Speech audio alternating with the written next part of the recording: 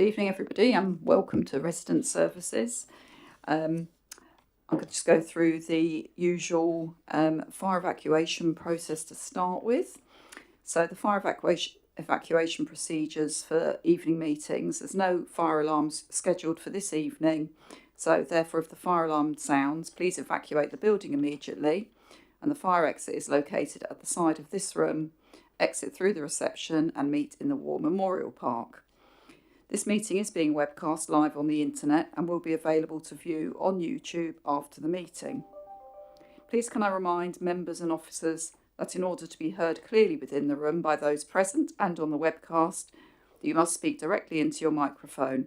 The microphone stem can be moved so that it is as close to your mouth as possible. And please switch your phones off or turn them to silent. Thank you. Right, first of all, do we have any apologies for absence and substitutions? I believe we have an apology from Councillor McIntyre.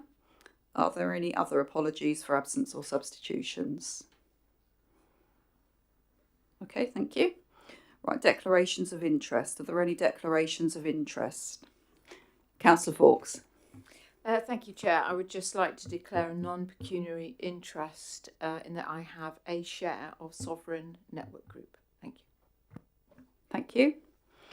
And urgent matters, to consider any items of business other than those shown on this agenda and which by reason of special circumstances to be stated at the meeting in the opinion of the chairman should be considered at the meeting as a matter of urgency. I don't believe we have any. 4 is the minutes of the meeting held on Wednesday the 18th of September. So are the committee agreed that the minutes of the meeting held on the 18th of September 2024 are an accurate record? Agreed. Okay, thank you very much. I'll just sign them.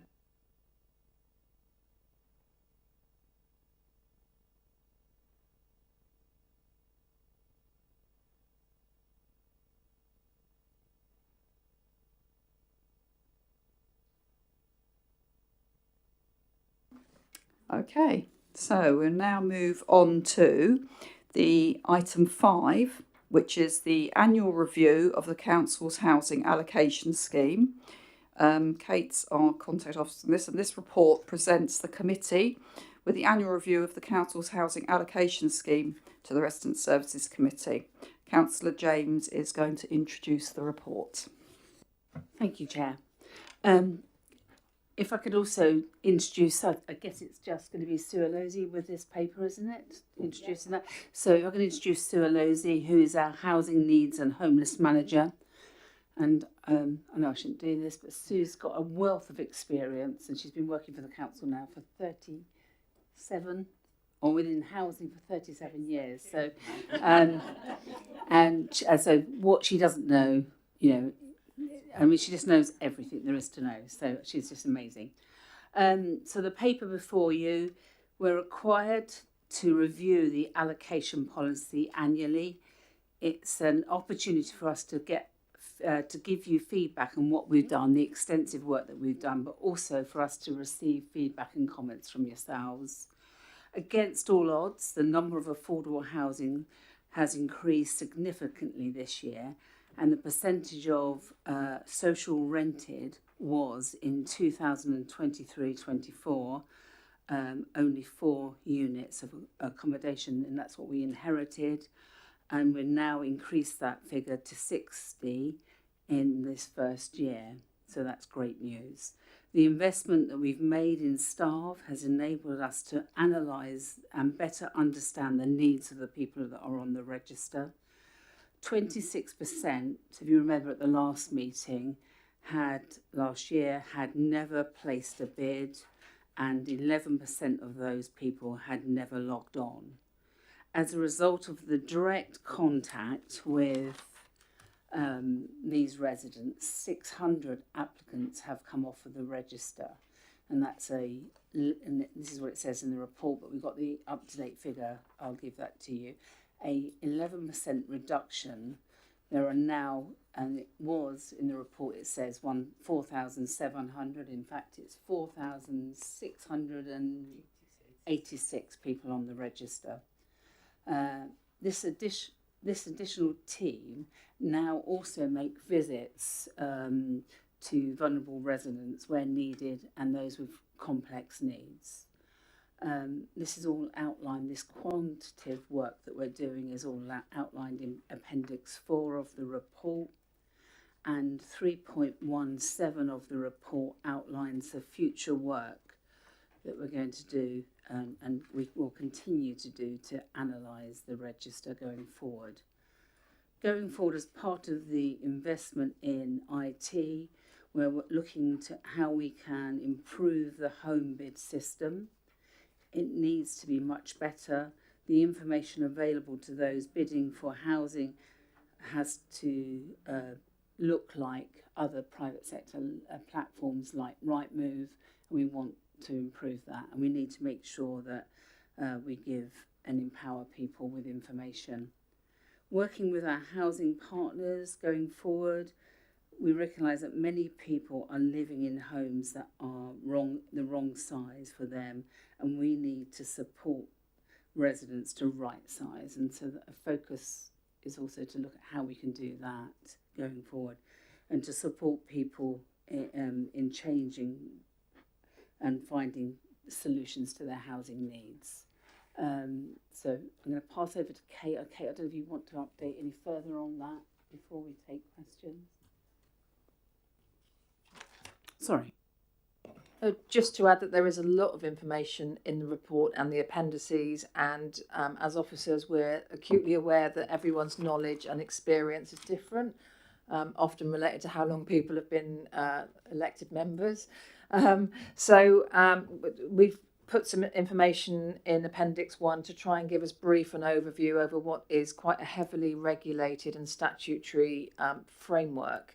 And if we find ourselves sort of gearing into lots of practical questions around the actual allocation scheme, we can talk about sort of subsequent or separate briefing sessions and training sessions for members on this. So I think often we've had this paper actually taking the whole evening discussion, and yet we've got 4 items on tonight's agenda. So questions about the paper by all means, and also questions about the allocation scheme, but we may prefer to have a separate bespoke briefing session, which as officers we're happy to deliver for you. Thank you, Kate. And the third person here we've got is Tom, just to make sure all the team, everyone knows who's the team that are here. So do we have any questions on the paper to start with? Councillor Dillow. I'm leaping forward a little bit to 4.1.2. It's the recommendation to increase the income thresholds. Yeah. I just wanted to get you to clarify what the rationale behind these figures were, because obviously they haven't changed for quite a long time. So every year we do we test to make sure that the policy is still balanced between enabling people onto the register who can't afford to buy, but also not being so severe that people who can't get access to social housing, whose incomes may be above a certain level, may otherwise become homeless if they don't have that access. So we do that exercise every year. We use ONS figures, and it's related to property prices and also income prices locally. So hence the recommendation now, for the first time, you're absolutely right, for a while, to increase that to £60,000 just for families, not for couples or single people. And that also would bring us into line with registered providers' own affordability assessment, charitable sort of status provisions, as well as neighbouring local authorities in Hampshire. So it's partly related to the data and also around regional consistency. I was just querying, why hasn't the couples been uplifted to 60 as well? Sorry. It was just around the type of accommodation that a couple might need. You wouldn't need to have sufficient income, and then when we look at the cost of that type of accommodation that's available, there was no need to increase the 50,000. The reason I asked is obviously couples may be aspiring to be families in the future. So if they're at a lower level when they apply, they might not be able to get an affordable home, but their aspiration is for the future to be a family, but they may not be able to get on the list. Yeah, I mean, we were looking at 2-bedroom accommodation and the cost of that. So not necessarily, looking at the cost of 3-bedroom houses, but there's also, you've got low cost home ownership options that are available to people as well.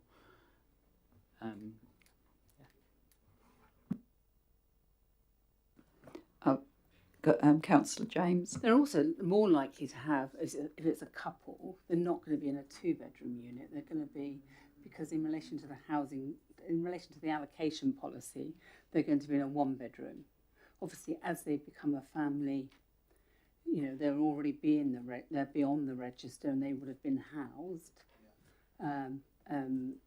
So then they can then move into a further accommodation. But it's also worth hearing your views as a committee. Do you think that we should increase that? It broadens out that more people will be able to come onto the register. I mean, I don't know what the committee's view is, really.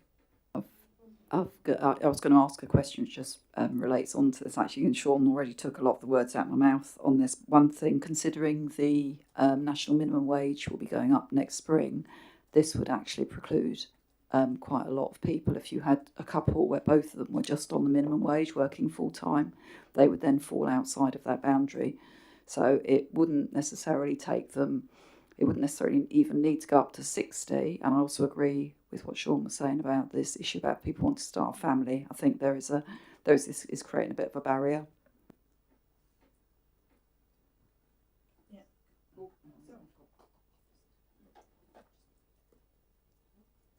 Oh, sorry.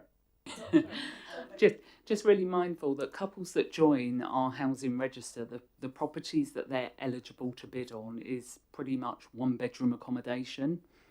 So that's something that would be affordable to them in purchasing a property either outright or through shared ownership options with an income of over £50,000. I've got Ron was next and then Joe. Again, carrying on from Sean, I understand the explanation about benchmarking and looking at other factors, but what I can't understand is if 50,000 was sufficient for a single person in 2014, if I read the paper, surely it should have moved. Either the estimates in 2014 of 50,000 was generous, and is that the same for the couples as well? It was too generous in 2014. Oh, I don't know whether it would say generous, but we were conscious when the policy was being developed that it wasn't going to be so austere that people it would preclude people. So that it's about a balance, and that was a basic band that was applied across all cohorts. And I think it's with families now that we've realised that £50,000 isn't sufficient. So. Yeah, I think it is what it is. It was never going to be a means tested in that sense. So finely tuned to someone's income and outgoings. It was basically a broadband assessment.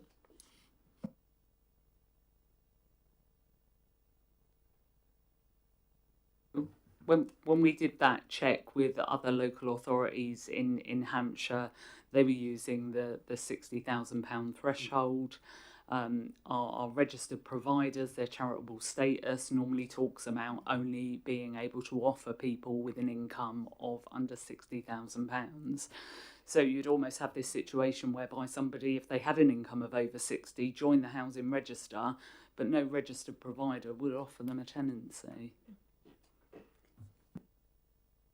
I think the other thing as well was when we did this work, it's about linking in with the NPPF definition of affordable housing, which is people not being able to access a property suitable for their needs on the open market. And I think the work that we did around couples and a £50,000 income was that was sufficient to be able to purchase something on the open market in terms of a 2-bedroom flat. So that was the kind of work that went into that as well.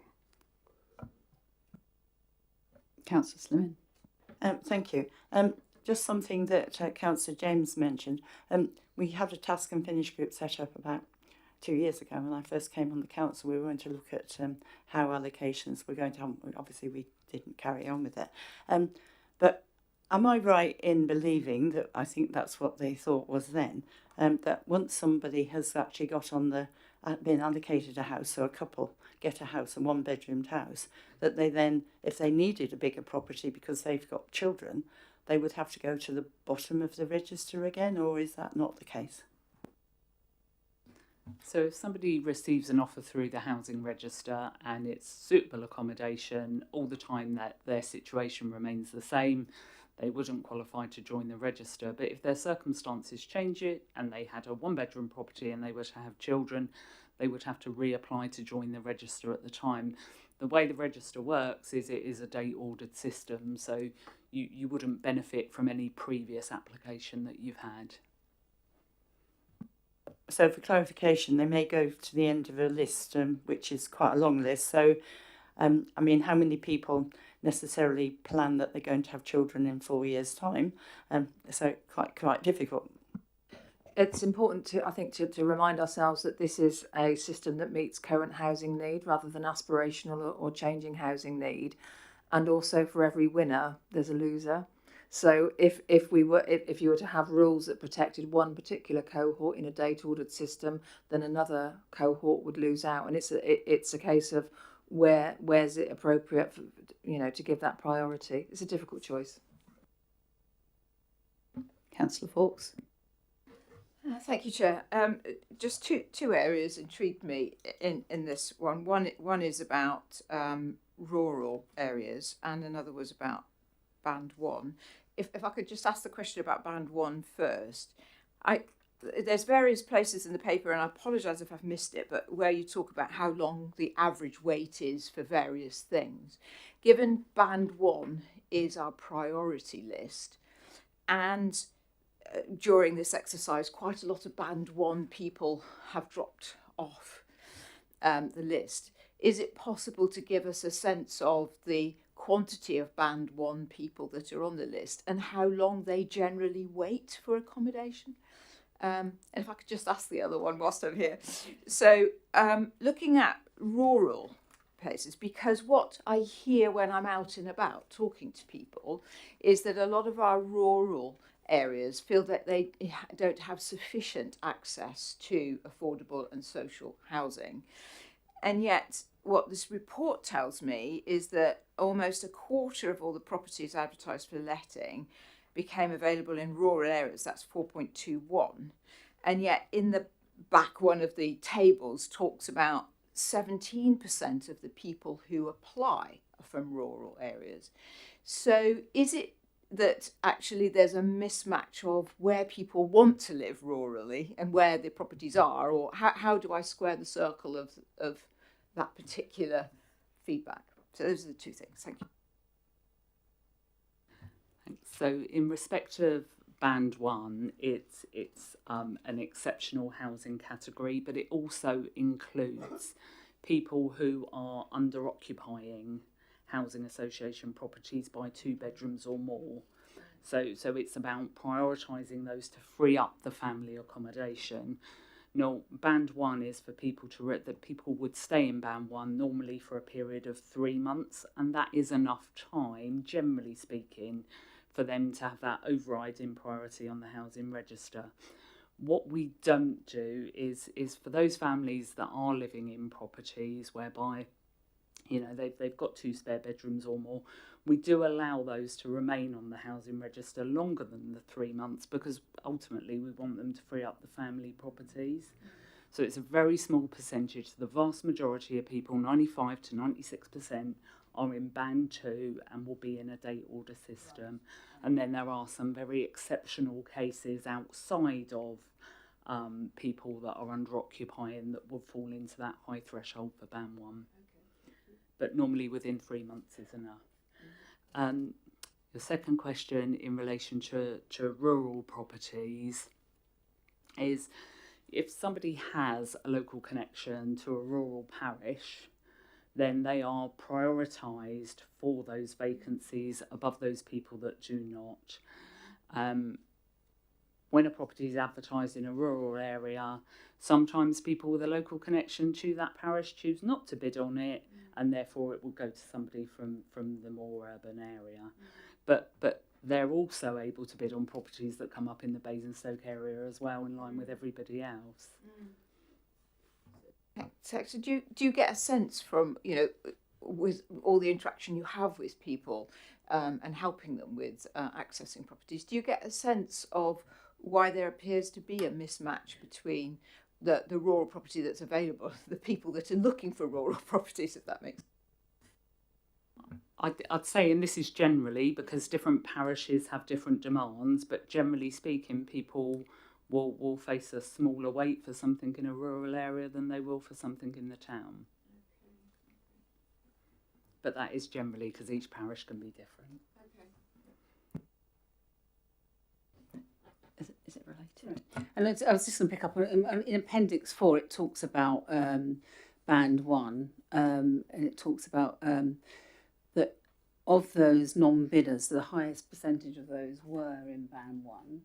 But it also then goes on to say that 22 applicants, upon being contacted, wanted to close their housing register application. So making that direct contact and talking to people in that way, in this resource that we've given to the register, has enabled us to have those conversations. And it's not about saying to people, you've got to come off the register. That definitely wasn't what that was about. It was just having those conversations. So, and a lot of those that came off of the register was due to no longer under occupying or no longer wanting to move. So it talks about all of that in Appendix 4. Councillor West.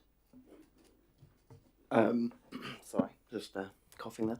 Obviously the information you're giving out sort of seems to be a lot better, working a lot better. I think a lot of people are, in terms of like just through caseload that I've seen come through, and I think other councillors can relate, I think there's quite a lot of still misunderstanding, maybe intentionally or unintentionally, about the banding system and where someone should be prioritised. And I think a lot of us, and I know that the Member of Parliament locally also gets the same issues of people like attempting to be moved up on bands that like, and for whatever reason that isn't the right, based on our policy, it looks like the right option is to have 95% of people in that band too. Is there anything in this like extra information you're giving residents that is better explaining the banding system, making sure, like reassuring on that? Is there an opportunity here for us to like reassure people that they are being prioritised even if they're in a band too, and like finding new ways to like message out how the bands work? No, that's a really good point, and we can also always think about different ways of communicating this out when people at different stages of the housing register journey. Previous policies and other local authority policies might have more intricate systems, either points based or where they're bands and there's multiple bands. Our experience and our views is very much the more intricate, the even harder it is to understand, and there's nothing as understandable as a date order. That rarely shifts, and it does end up, particularly when the number of vacancies go down, which we've experienced, it does result in what we call band chasing, people trying to get into band 1. And the other element of having too intricate a system is that officer time will be spent more, not gatekeeping, but administering all of that banding stuff, rather than actually helping to guide and direct people through the vacancies that come up. So, but we'll take that back and think on how the information can be simplified. But date is the simplest it ever gets. We all like a queue. Is it also, would members like that more information about how that the choice-based system works, and also the banding? Is that a members' briefing that people would like? Really, I suppose what we need to come from today is, where are your gaps in your knowledge and what is it you would like to understand more? And we're very happy to put that on.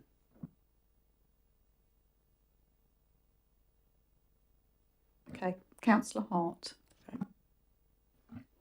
Thank you, Chair. A couple of data things and then a housing need question I had, please. It says the average wait time is longest for 4-bed houses, and I was wondering what proportion, vaguely, of the total those are, because I don't imagine it can be in families that a lot families that need 4-bed houses of the total. And also the single people are the largest group of unmet needs on the register, and I was wondering if you had a sense of, is it that there are fewer accommodations for single people, or is it that there are more of them? So that was a couple of things. And the other thing on the legal definition, the point about needing to move on medical or welfare grounds, I'm assuming that domestic abuse falls into that category, and I wanted to just check, or if not, is that something that will be coming with DAHA later on? So I'll come back to you in terms of the numbers around 4 beds, but I want to say there was about 10 vacancies of 4-bedroom properties that was advertised through choice-based lettings last year. But I'll come back to you with how many on the register for a 4-bed need. Single people on the register, in terms of the proportion of single people to vacancies, there has been an increase. So yes, the vast majority of people on the housing register are single people, and I think the ratio is, I want to say something like 16:1. Yeah. So for every obviously with single people you get a lot more change in their life as well, so people will come onto the register and may sort of move off, and you get more increase in needs coming through all that time. And domestic abuse, we have our, in terms of people experiencing domestic abuse, they don't need to meet the local connection criteria, and of course if somebody is needing to move because of domestic abuse, then they do qualify, they do have a housing need, so that's already within the scheme. And the new legislation means that they don't have to prove that they are experiencing domestic violence.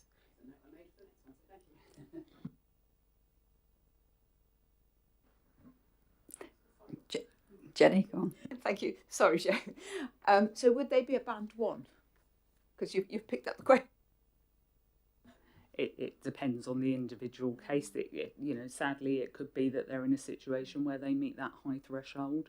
Some people won't, but that's not to say they're not experiencing domestic abuse, and they would still qualify to join. But some people will meet that high threshold, yes.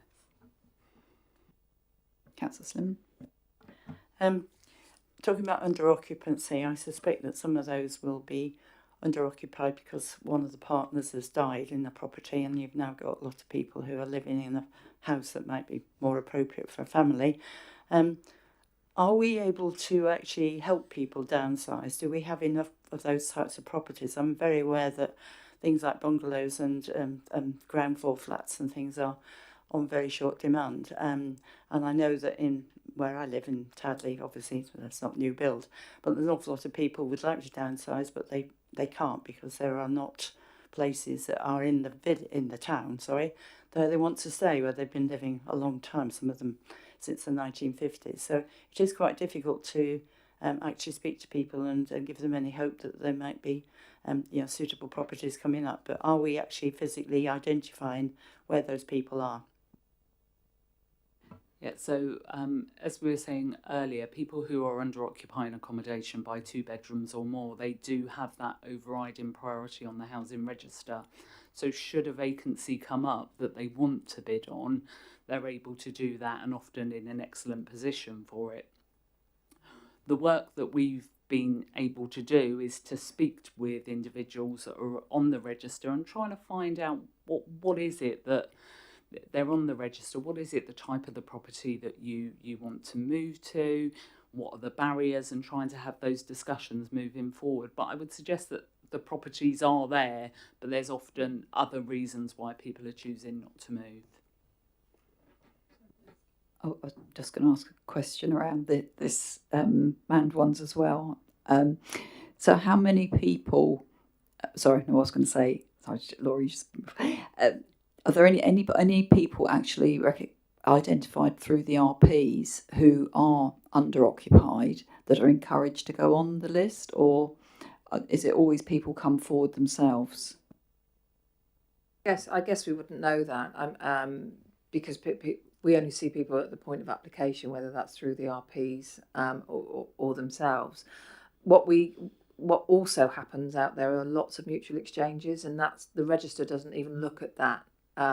So lots of people able to self-identify, which we love because that both people are optimising their choices. RPs find it a bit more administratively burdensome, but one of the key areas for the additional resource that we've got in the team is to actually try and do a bit of matchmaking and try to encourage people on the register to identify with others. Councillor James. Yeah, and then just picking up on the question in relation to why are people, under occupying, there's lots of reasons. Historically, a lot of people, it was related to the bedroom tax. So, that was why people were, under occupying because they couldn't afford the accommodation that they were on, and, in a property that was bigger than they needed in relation to the legislation. Separation is another issue. There's lots of people, but you could go on and on as to why people are in a property that is bigger than identified in relation to their needs. But I think it's like I said. I think there's a big piece of work that we need to do, and we've got the resource now to do additional work in relation to right sizing, and like Kate said, we're looking at what we can do to match people, but also working with our partners in housing as to what we can do to identify people. We have people that possibly are in properties, 4-bedroom properties, and their family have grown up and left, or and it's whether and it's not, again, it's not punitive, and definitely it's not about that. It's about supporting people to move and encouraging them, and obviously they get the choice as to where they want to live as well. But it's also sometimes when you're older or you've lived in this property for a long time, it's just daunting to move. It's massive, isn't it, that? And it's what we need to look at it as a piece of work, really, because I say that we're not going to be able to build ourselves out of the housing crisis, we in relation to, or the housing need. We've got to look at a range of options and tools to do that, and this is another one of those, as well as absolutely upping the delivery of affordable housing. Thank you. Councillor Watts.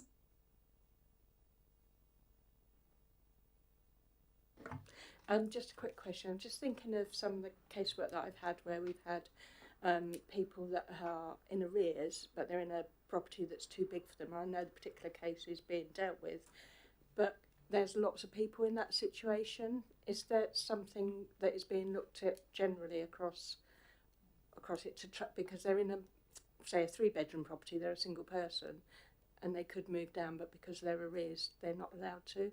And is there work going on to try and address that?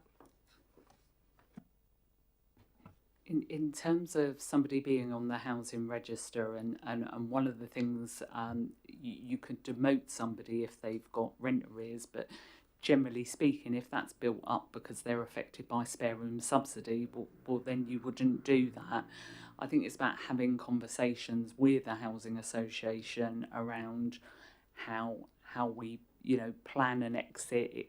There are things that certain housing associations may well be able to do in terms of somebody moving to something smaller, then not affected by spare room subsidy, being able to tackle the arrears that built up on the previous property, and move it forward that way. But I think it's a very individual basis, and we will pick those up and work with our housing association partners to find a way out, because you're right, otherwise the problem just gets bigger, doesn't it? But yeah. Sorry. And I was just going to say, and also you've got these 3-bedroom properties or more that are sitting there with one person in, and they can't move, and you can't free up that home for a family. I would just say we work actively recently with certain housing association and has done since spare room subsidy to find solutions. Councillor Grassi. It's obviously going to cost quite a bit for someone that's in a bigger property to decide, I'm going to downsize, I'm going to move, and there's going to be costs involved.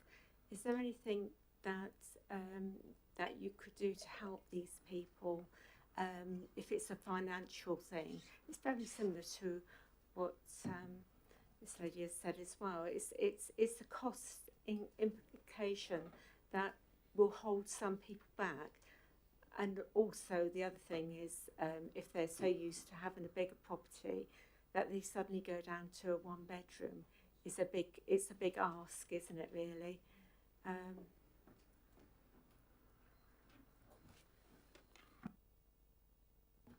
Certainly thinking of one of our main housing associations, they absolutely do have a right sizing fund whereby they help people meet those costs of moving. That might be simply removal costs, or it could be carpeting and things like that. There are other funds that might be available to people around discretionary housing payments if they're in receipt of housing costs through universal credit or housing benefit. So there are pots of money that can be accessed to try and address barriers around affording to move, generally speaking.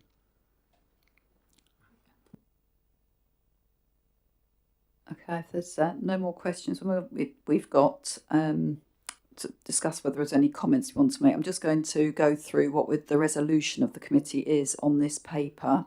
It's to note the conclusions of the annual review, the summary and appendix 2 and within the report, and also to endorse the proposal set out in 4.1.2 to be made to Cabinet to increase the eligibility income levels of family applicants for joining the housing register from 50,000 to 60,000 per annum. So I think if there's any comments that we might want to make or put forward, that would be around now. So Councillor Slimmett.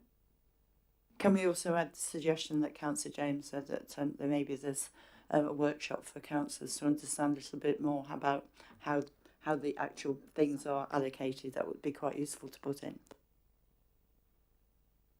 Has anybody got any other comments? Councillor Fawkes. I would like to propose to the committee, if depending on how the committee feels, that couples are also raised to 60,000.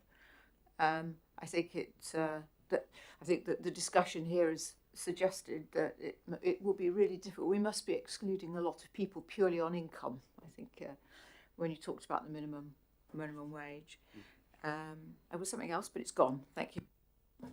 Councillor Diller, did you have some? Yeah, I'd just like to echo that. I think not increasing the couples to 60 will preclude a lot of people from being eligible as couples.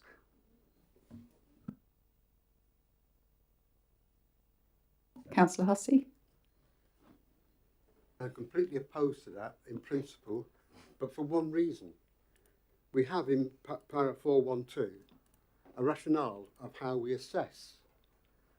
And what you're suggesting is we have one assessment for families and something completely different assessment for couples.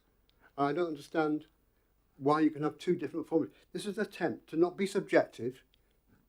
And I think any judgment this evening to say lift it up to 60,000, whatever, is a subjective view based on opinion, not based on fact. This is trying to base things on fact. It's not quite a formula. There's still some judgment to apply. And if we're going to move away from these four, I'd like to see not a figure, but different criteria agreed by the committee. I would like to see some consistency of approach, because if you're going to lift up couples by 10,000, maybe then families ought to go up even higher, but be up 15. You've got to have one way of assessing and stick to it. Whether this is right or wrong, I'm bound to the opposite experience. Councillor Fawkes? Yeah, so the criteria, which is not here, the criteria is about minimum wage, which Councillor Testain talked about. For me, For a single person, £50,000 is very high. For a couple, we know that a lot of couples will be excluded because of that. That is the rationale. Thank you. Councillor West? So I think obviously we talked about the difference between couples and families and the types of houses they are even eligible for. Obviously, families inevitably means at least 2-bedroom houses. Couples, can just be in a 1-bedroom house. Do you mind just clarifying? I think you mentioned earlier, but just clarifying what the logic on what those two things are, because I think largely I disagree that they're the same or should be treated equivalently. But I just want to clarify your point on why that decision was made first. I think you have to look at the allocation scheme. So if you've got a single person or a couple that qualify to join the housing register, they are generally able to place bids on 1-bedroom properties. Whereas, as you say, families are looking at 2 bedrooms plus. So when we're looking at the affordability that's required to buy something of that size on the open market, that's where we came to the sort of 50,000-60,000. The other thing just around low cost home ownership as an option and shared ownership projects, £50,000 would allow you to do that. Can I ask for some clarification around the local rents and how that's been compared for, obviously you've been looking at other places in Hampshire, so in comparison to where we are with local rents. Sorry, what's it? It's about rental affordability? Yes, so renting affordability. So that income would allow you to purchase, to both purchase and to rent privately on the open market. When you think of, generally speaking, a letting agent would be 30 times the rent on a 1-bedroom property. £50,000 should pass that affordability check that they do as well. Councillor Dillo? So just to be clear, so if you're a single person and you earn up to £50,000, you can get on the list to go for a 1-bed. Yeah. If you're a couple, if you happen to earn £30,000 each, you would be precluded from getting on the list and going for a 1-bedroom house. Is that what you're saying? So aren't you precluding couples because you're at the lower rate? Because if they're 30,000 and 30,000, they can't get on the list because the household income is too much. Yes, because we're looking at household income, not individual incomes. So yes, a household income of over £50,000 for a couple or single person would exclude them from the list. So just because you're a couple, you're precluded. No, would also be. Yeah. It's so it's the household makeup that you're looking at, and therefore, if a single person had £60,000, they would also be excluded. Whereas a couple, that the property size that they're eligible for is the same. You could argue that a single person earning £50,000 is going to have less take home than 2 couples on 30,000 or 25,000 because they will enjoy the benefit of 2 tax allowances. So it won't necessarily work for everybody because there are different circumstances in that household makeup. But yes, the property type and size that they need to afford is the same. Councillor James? I think, you have to remember that there is high demand for housing, absolutely high demand. We've got 3,500 people wanting a 1-bedroom unit. So that includes couples and single people.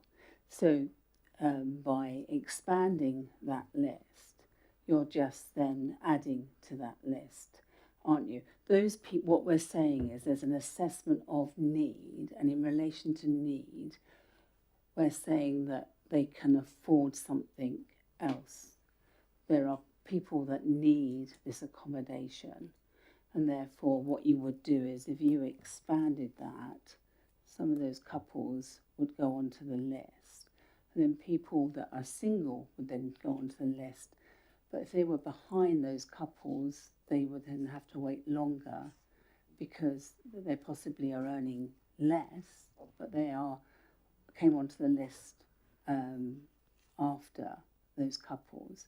Whereas we're saying the option for them is something else. It's not saying that we can't help them in relation to housing need, so that we could support them in housing options. And I hope all of you, and I hope Tom, if you could do a plug for what the members' briefing and what we're doing on the private sector work that we're doing, and all of the other affordable housing in relation to low cost home ownership. But there's other options, but it's also supporting in the private sector. But I think if you want to make this recommendation, then we would have to talk to the RSLs, because the RSLs are saying they won't house people if they earn more than 50,000 as a couple or a single person.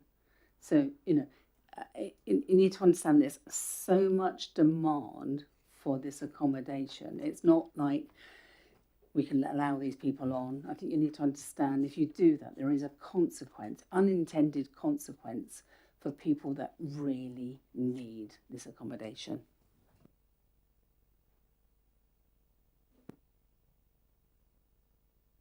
Councillor Hart? Thank you. And thank you for going through it all in some detail as well, because I got to admit, digits confuse me a lot of the time. But yeah, I think for me, poor you, because there's a lot in this report, all of them. I think it is a little bit easy to sort of get hung up on how many people we're talking about. If you're talking about, as opposed to singles or couples, anyone who needs a 1-bedroom place needs 50 grand to be able to do it, and if they can't, we're going to help them. If we say, well, we're going to change the ceiling for you because you're coupled up, we're essentially disenfranchising people who happen to be single, and that doesn't seem fair to me. So yeah, that's where I stand on that. Okay, I think we've got some interesting perspectives around it. I think I'm going to summarise what we've been talking about tonight in general, and then talk. Sorry, Councillor Fawkes. Sorry, I remembered the other thing.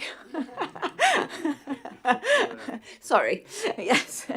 I also wanted to ask if it would be possible for the team to explore whether what the implications would be of adding women who have come from domestic abuse as a priority for Band 1. Because I had made the assumption that it would come under the welfare bit. And I felt, because I was looking for the veterans as well, which is there, and it seems to me that's an equal priority. And so I wondered if the team, I realise it's not something you can easily just change because it has huge complications, but I wondered if it was something that the team would be prepared to take away and have a look at. Just so I'm clear, that people because someone, and it would be someone experienced, not necessarily specific to females, so someone who's experienced domestic abuse would automatically go into Band 1 as opposed to being able to join the housing register in Band 2. Is that what we're being asked? The implications of that. Yeah, we'll take that away and think about what we can do around modelling for that. Yes, I'm not saying it's something that we should, because it's a big issue. But I am surprised it wasn't. Therefore, and I'm sure as councillors we've all had people that have contacted us for support in this area. So I appreciate it. It may be, and that's why I'm saying it may be a significant number, but that isn't a good reason not to think about it. I think the key is around the urgency. So somebody may have experienced domestic abuse some time ago. Somebody may be experiencing that and be at a higher risk. And I think that's the preservation around Band 1 has always been around meeting those at highest risk. It's harm to life.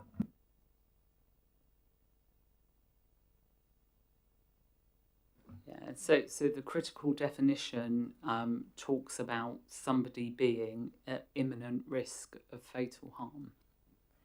So that's a high threshold. Our allocation scheme doesn't require a local connection criteria for anybody that's experiencing domestic abuse. And there is a same. Sorry.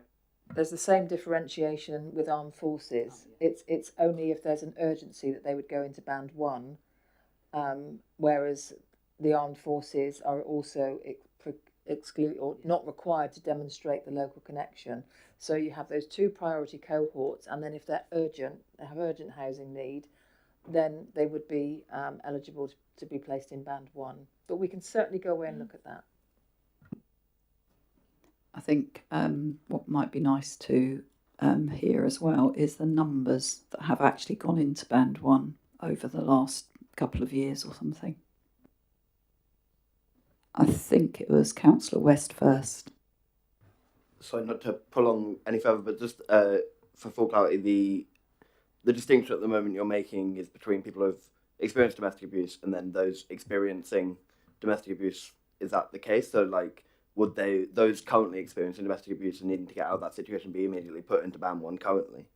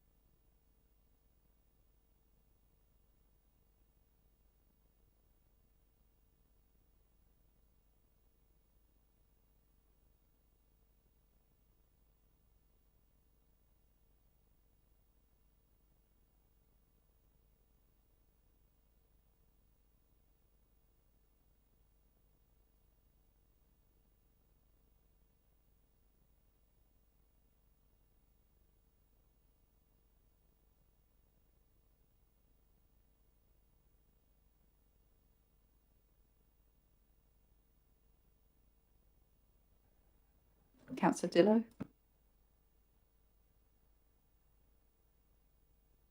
We're back. we're back in the room. Has this framework got sort of teeth? So if a preferred partner was, continuously below standards or the accepted standards that this framework outlines, is there a process to basically remove them? And then what is the impact if a partner is removed because they're not up to standard?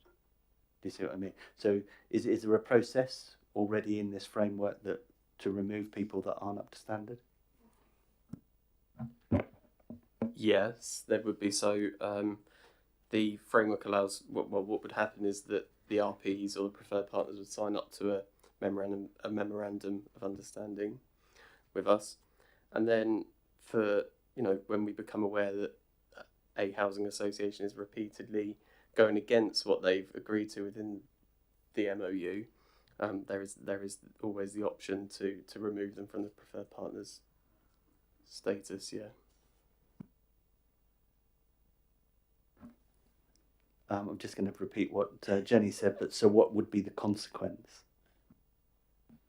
Yeah, it would just mean that they would fall off that list, and then the housing association wouldn't form part of that preferred partner status, which means they wouldn't have first dibs, if you like, on new development opportunities within the borough. So it would be relatively important to them. Yeah. Councillor James? It's saying to developers that we would like you to consider, you're not saying that you have to consider, but we would like you to consider these RSLs for, your development. It is obligatory. It will be. Oh, right. Yeah. Okay. And so, there is a real carrot for housing associations, so there is an incentive. And it's just further working with RSLs to how we can improve our partnership working, what we can do. And it's, having these conversations as to, things that we would like to see as part of this relationship. And so, there's lots of things we talked about tonight that we would want to see, but it's, and so it's developing this arrangement with them. And obviously we would meet with them, to discuss how things are going, and we already meet with our two key housing associations, but we would have dialogue with them, and if it was clearly not working, then we would have to do something about it.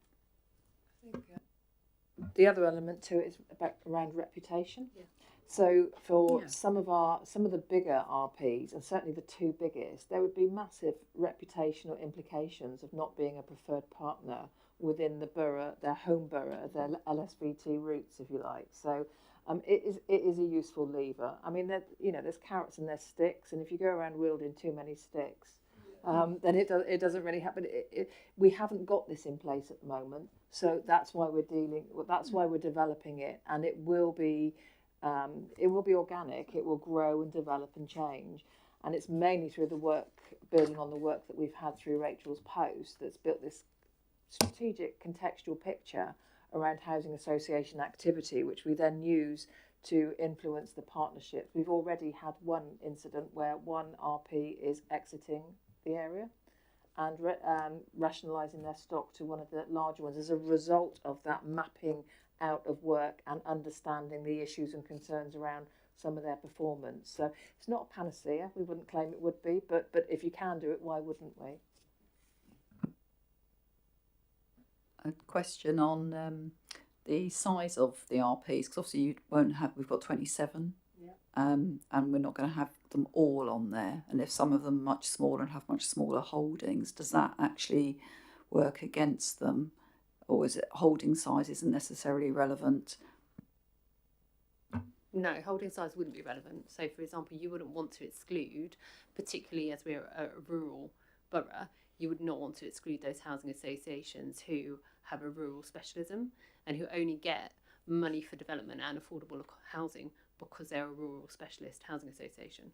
So we absolutely would not be excluding them based on size at all. I think it would be, we're working on the criteria, and it'd be around things like how in the borough they actually are, how available they are, do they do things the way we think they should do, what is their voids like, what are their repairs, accessibility. So those are the kind of things we're looking at. So that shouldn't preclude anybody, because the smaller ones sometimes are actually maybe a little bit more personable, when we'd want to take best practice from them as well. So yeah, it wouldn't be. It's not related to size at all. So is there a chance that you could end up with them all on there, and it's more like a standard? It's unlikely, but it is possible. Possible. It's unlikely that all of them would have the development aspirations, because that's the main carrot. So I think it is unlikely, and I think of some, I mean, there are at least one or two already operating in the borough that we had to remind them they had stock in the borough. It's been an enlightening piece of work. So it will change the landscape, and it will be interesting to see how it develops. Councillor West, did I see your hand go up? Hello. So the report says that there aren't additional costs or any kind of financial implications of it. I never really buy the free lunch thing. So just there's obviously a resource cost here, like staffing hours going into it, etc. Is there? This obviously seems like just a great tool for doing what we want to be doing, and I think this is absolutely the kinds of things that we'll want the council to be doing, because we're beyond our statutory obligation. Like actually using soft power as a council to influence what's going on is great. What kind of resource cost is this taking up? Like, is it moving staff off other things that we want to be doing as a council? Like, what are the kind of resource costs that are going into this? The resource costs are primarily Rachel's post, and that was already in the budget, and there is a proposal to include that for longer within the MTFS in the current consulted MTFS that's out at the moment. So at the moment it is within those existing budgeted for proposals. It's all part of that post that we wanted, and it's about a strategic housing liaison officer role, and it's about improving relationships. And so this is taking it the next stage. It's about working with yourselves, but it's also, she's doing loads of work out there already with the housing associations, and so it's part of it really, and it's formalising an aspect of it. It's just one aspect of her work. And then just a very brief follow-up. It says on the legal part of it that the provisions will need to be included in future Section 106 agreements. Is this because of any future financial implications, or what is the reason for that? That would be linking in with the development side of things. So the wording would kind of, in a nutshell, say that developers must approach the preferred partners list first, and only if all of them have declined a site can they go to a different RP to deliver the affordable housing. Councillor Hussey? The benefits of a PPA. The third point up from this paragraph 3.2. The 8th tick says it can create a framework to broker stronger relationships between providers and ward members in their localities. My own experience is it's hell of a job just to get through the contact centre. The minute they realise you're not a tenant, no matter what you call yourself, doctor, lord, not councillor, anything, you cannot get through. It's a firewall. It's as strong as that. And at times, if you try to be a bit more assertive, then they become very disrespectful. So it does need to change, and change a lot. And I'm talking about our two principal housing associations. So it's very difficult for ward members where one of their residents has an issue, and you just want to inquire and get more background. You're not taking sides. You're trying to get some facts, fact find. You can't get to the contact centre. Yeah, that's exactly what I was going to say. And this is why I think a scheme like this would be helpful. It's also why we've got a meet and greet in with SNG.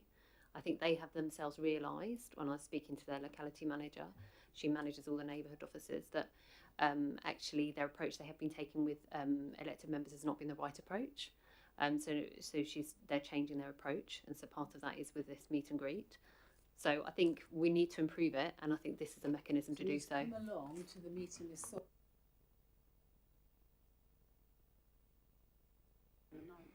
My own experience is once you get through to an officer, they can be very helpful. It's the training of the staff on the contact centre is flawed. Councillor Hart.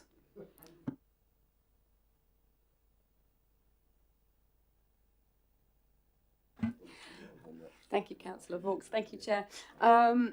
I was pleased to see, and I think this speaks a little bit to what you mentioned as well, Councillor Hazier, the involvement of ward members in inspections and things. I think that's really positive. So that's a good thing. I wondered, being new to this sort of documentation, the proposed PPA framework as it's laid out, is that a basic sort of document whose matrices will be developed into a more specific thing that we'll see, or will it always be this high level? Obviously, you know, a paragraph, it can be made to mean almost anything, can't it? So that was one question, whether that will develop or whether that's sort of as it is. Within that, there's a question, or there's a thing that states that we don't expect preferred partners to be white ribbon accredited. Could we? Just asking. Or could we explore it, or is that something we could develop towards? And if not, thinking back to the first point about developing the sort of metric, will they at least have to attend a certain number of DA forum meets that we have, or other standards that we might set there? Do you want me to come back to other questions, or how do you want to? I've got a couple. So this is high level, in terms of giving an overview, rather than going into the granular detail of all the types of questions we would ask them to complete, like by way of an application, because it's going to be more granular than this. In terms of white ribbon, and the other one is DAHA, those have a cost, and I think it's necessarily reasonable, depending on the size of a housing association, to expect them to bear that cost. And it doesn't mean they wouldn't be coming to DA forums, and it doesn't mean they wouldn't necessarily be involved proactively in supporting residents who are fleeing domestic abuse. It's always a question I raise with them.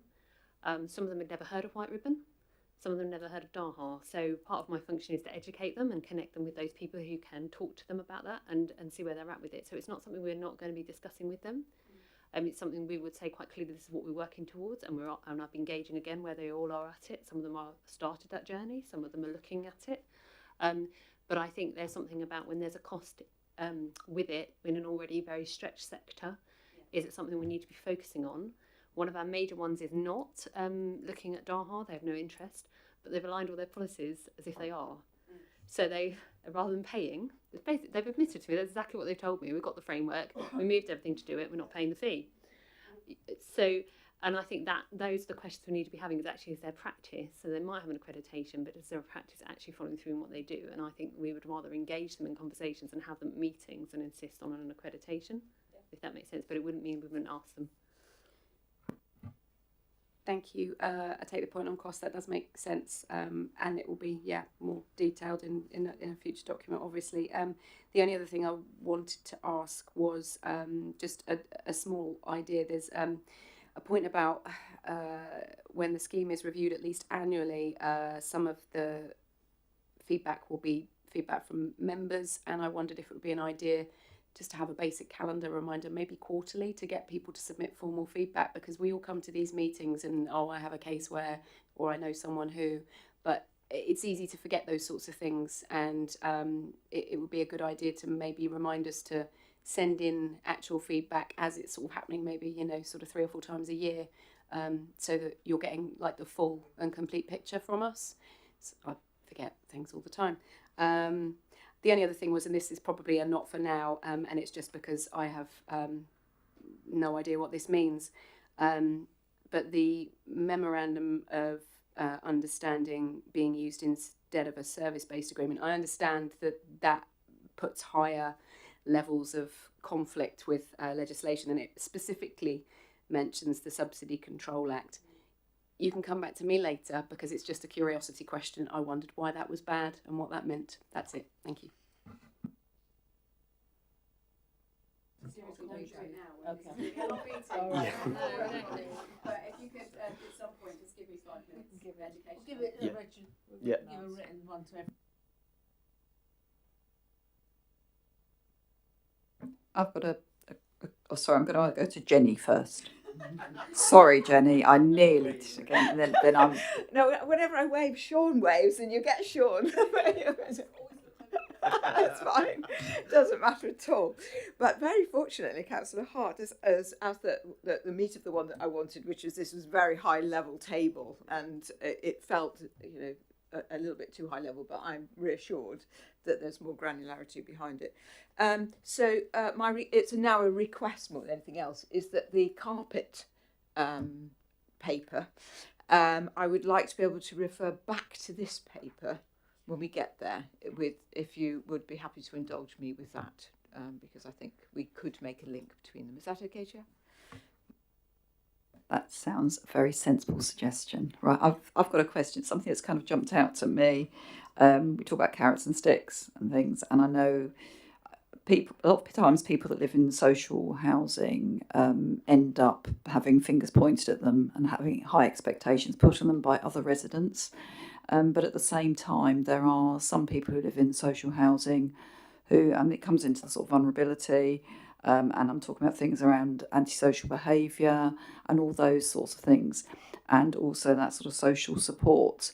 And that doesn't really jump out at me here, and I think it is a little bit in the support for vulnerable tenants, but it seems to be focusing more on physical disability and accessibility, and I just think it could be doing with enhancing at a high level to make sure that we pick up on that issue, because it is a big issue.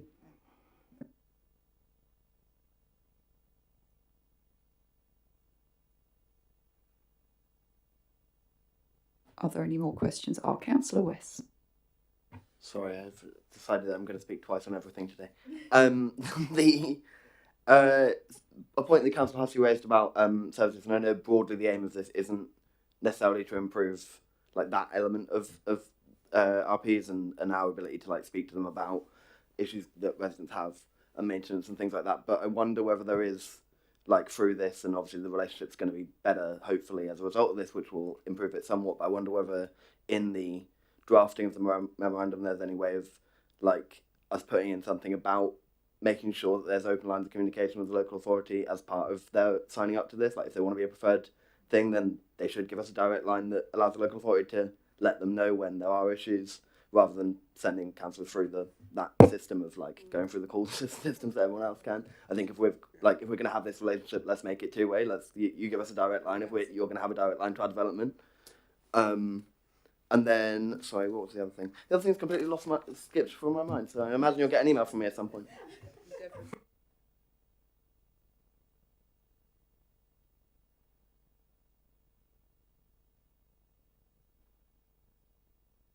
Okay, so just summarising, I think. Oh, sorry, I've got another one. Sorry, Councillor Grassy. Taking up what he just said, actually, I think that we need a good relationship for the actual residents as well.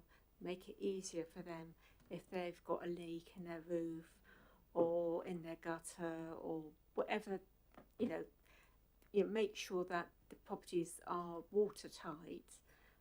Maintenance is an important thing, and if you've got new housing, you want to keep up that maintenance. You want to keep your housing stock really well, as you would if you owned your own house. I know that a lot of residents, they really they look after the inside of their house really well, but the outside of their house, they've got leaks and all sorts of trouble. So I think that's an important thing that we need to make sure that whoever we use or we decide to choose that going forward that they do these things. That's what I can say on that.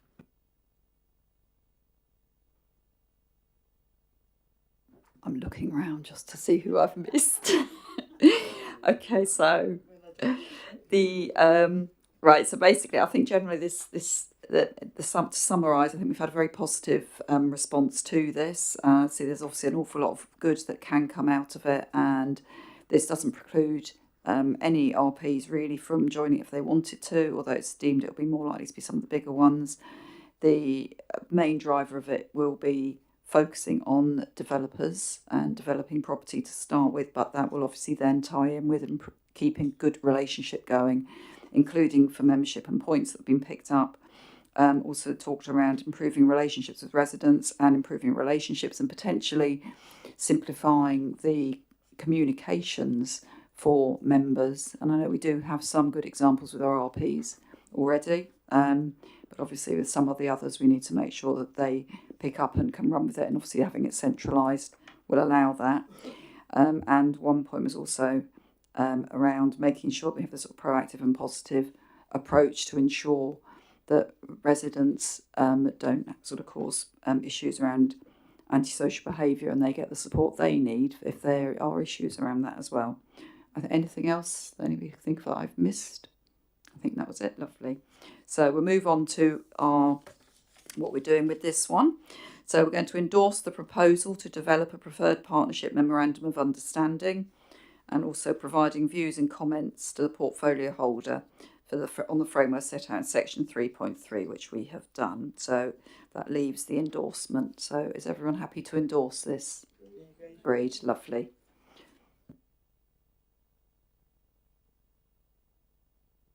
And we now move on to item 7.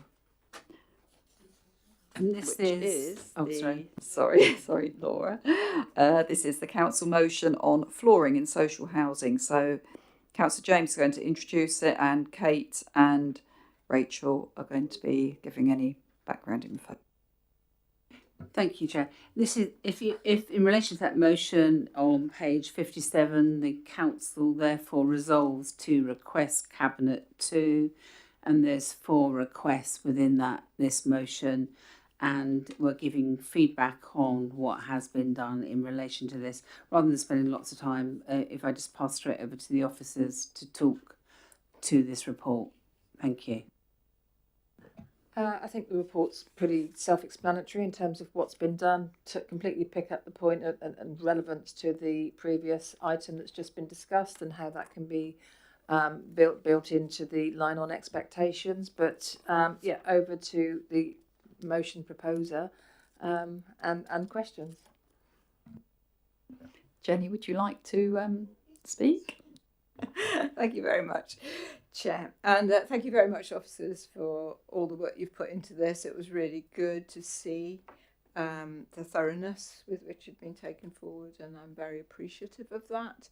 It did have unanimous support at the council, and so I think you can judge by that how important people felt about it. I think every ward councillor had situations where vulnerable families have been moving into properties without flooring, which is a really distressing thing to happen, and can have quite an impact on their health. So it was really important. So cutting through that, various actions were done. I think the meat of it for me is Appendix 3, which is where you have very kindly put in here a very useful table, I think, with the provider, how many properties, and what their approach is to reletting on voids. And I've graded them in a Jenny grade, which would be, 1 if they would guarantee to have flooring, which none of them do. A 2 if it is an option and it feels like they're doing their best to accommodate people to have flooring. And 3 if they just don't want to do it. And it's a no. And there were only 3 that did that, got the 3. And those were Home Group, Housing Solutions and L&Q. And I think L&Q are moving this away from their stock anyway. They're also not doing it. Yeah, that's what I said. You know, it's those three home group housing solutions. So, you know, that is 12, 18 of our houses out of all of those, which, you know, is quite a few. So I was encouraged by that. I think there has been a shift. I think housing providers have appreciated that ripping out perfectly good flooring is not good for our planet or good for people or good for them. So I think there has been a shift, and I'm comfortable with that. I think it would be helpful to keep some pressure up. What I would like is your indulgence to think about, I know the motion was about voids, because that is the way it comes to us. But in my discussions with Sovereign, as I said, you know, I do have a share in Sovereign. So that enables me to go and ask questions at their AGM. And I've been asking this question and similar questions for a few years now. And at their last AGM, which was this year, they said that it is now their policy to put hard flooring down in every new property that they build. What they are not yet prepared to do, but they are looking at, is what to do when they get voids. That seems to me to be a really good step in the right direction. And I wondered if, going back to your preferred provider, Sovereign is a significant provider for us, and Vivid is the other. And I'm wondering whether having something, moving towards or having a requirement that says, please can we have new houses built with hard flooring, is something that we could consider putting into our preferred provider framework. I just would like to open that up as a discussion. Thank you. Absolutely, and I think it's an easier ask as well, because they can capitalise the cost of that into the development, notwithstanding that there are real pressures on viability generally anyway at the moment. But I think it's a starting point, and to use your words, please can we? Yeah. So we're asking and we're highlighting and giving profile to the issue. I think there is another point that Jenny raised. It was about the sort of obviously what's good for the planet. And if you, certainly a lot of the houses within my ward and like mine have concrete floors. And if you go into a house and you've had everything out and you've just got concrete and possibly covered in that sticky black scree that they put on before you put flooring down, that's filthy. It's also going to reduce the energy efficiency of that house, which obviously is higher bills. And it also means that from their rating perspective, that's not good. So I think that could certainly be included in any wording that would actually imply that. And it really, nobody should, and I think in a way say, obviously, please could you, but don't let people move into houses where they are going on to basically bare floors that are concrete. If they're proper wooden floors, old-fashioned wooden floors, that's not necessarily as much of an issue. But it's things like that, I think. So there is a level of decency.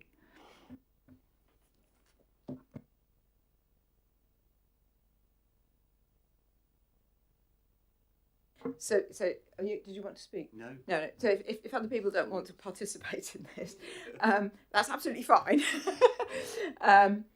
But what I would like to just make a clarification about, when Sovereign say they want to put hard flooring in, it isn't they're just going to put concrete down.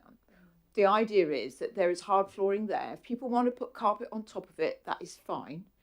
But it enables a family or older people to move into a property without having to worry about health and welfare issues. You know, and it's that additional cost. We know how expensive it is when you move into a new home that's new to you. It's significant, and it's something they don't have to worry about immediately. You know, they may want to have carpets or whatever, but they can do that at a later date. So so I think, as Councillor Chastain has said, for me, this is, Sovereign have made that commitment. Please do check it out. But that is the commitment that I've heard at their AGM for new properties going forward, you know, if Vivi can match that, that would be the vast majority of the new social housing that we have in our borough, and how wonderful that would be. Would really point us out from the others. And I think if we can then also put in a thing about encouraging the provider to, wherever possible, provide flooring when there are voids and people moving in, so that, you know, there's an exploration for it, an expectation to do their best without a commitment to put in new flooring. Then, you know, obviously as time goes on, there'll be less and less properties where they will be moving in with concrete floors and sticky stuff. Thank you. If nobody else has got any other comments, then I think we can move to the resolution of the committee, that the progress towards meeting the concerns raised in the council motion of the 20th July 2023 be noted. Is everyone agreed? Excellent. So that takes us on to item 8, which is the Accelerated Affordable Housing Programme update. And we've got a switch of officers. So Fran is coming in. And for a change, Councillor Laura James will be introducing this.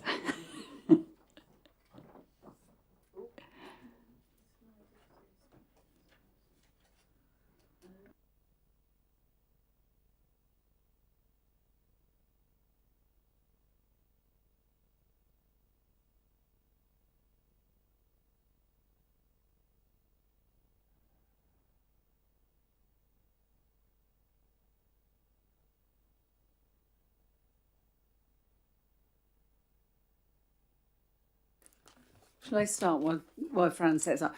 What Fran was just saying is we've produced some slides for you, as whether you want us to go through to those slides or whether you want to just go straight to questions. Maybe you can have a think about that. So this paper sets out the considerable amount of work going on to bring sites and opportunities forward to realise our priority of delivering socially rented homes against a backdrop of an economy, an industry and a system that is not at the moment designed to achieve this. We inherited a position in the last year from the previous administration where only 140 affordable homes were delivered throughout our borough, and only 4 of those were socially rented. In the space of a year, working with our partners, who, unlike the council, have across access to millions of pounds of grant funding, we've increased the delivery to 460 affordable homes, and 60 are socially rented. Looking forward, because of our priority, most of the affordable homes to be built will be socially rented. And I want to thank the officers for the considerable amount of work that's going on to deliver against this agenda. So I don't know, would you like us to go through the slides and then take questions at the end? Will it help you to understand the paper? Would the committee like to go through the slides? Pictures are always useful. Yeah.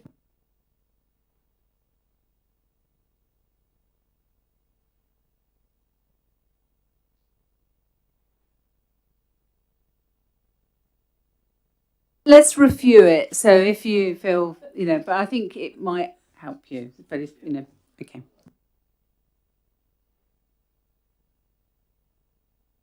Just press that. Yeah. Okay. So I'll go through them quickly. So, I mean, I think, members have heard that whilst we've achieved quite significant gains in providing affordable housing, there is still a significant need which we need to address. I think there's a really important contextual issue here in terms of the market conditions that we're working in, and they're affecting the construction industry as a whole, which is private sector but also registered providers who are part of that overall construction industry. there's additional pressures on registered providers. So, you know, not only are they coping with additional costs, but they're also coping with reduced funding for affordable housing, and they've got additional regulatory standards that they need to meet. And of course, there's the issue of land costs. So, you know, these are the kinds of, this is the scale of what we're seeing. And of course, one of the consequences of the decline in residential construction sector is that there are fewer planning applications coming through, and of course, fewer Section 106 agreements providing the affordable housing. You know, again, we're looking at, you know, really significant increases in material costs, etc. So build costs have really gone through the roof. I think there is a particular issue in terms of the viability gap for affordable housing. That's a particular issue for social rented housing. Shelter commissioned Arup to do a report on, you know, the issues facing social housing, particularly social rented housing. So they calculated that the funding gap, even including taking into account grant, is about £140,000 per unit, which means on a 30-unit development, you're looking at a viability gap of £4.1 million, and that's really, really significant. And additionally, you know, registered providers are increasingly cash-strapped, so they're really moving towards looking after their existing stock rather than looking at new development. So there's a number of pressures.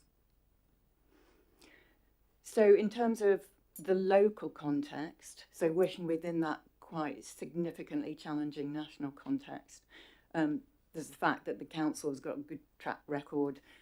This programme is intended to be a supplementary programme to the major affordable housing delivery that we're likely to get, or that we will get, through the local plan allocation. So it's important to remember that it's a supplementary programme.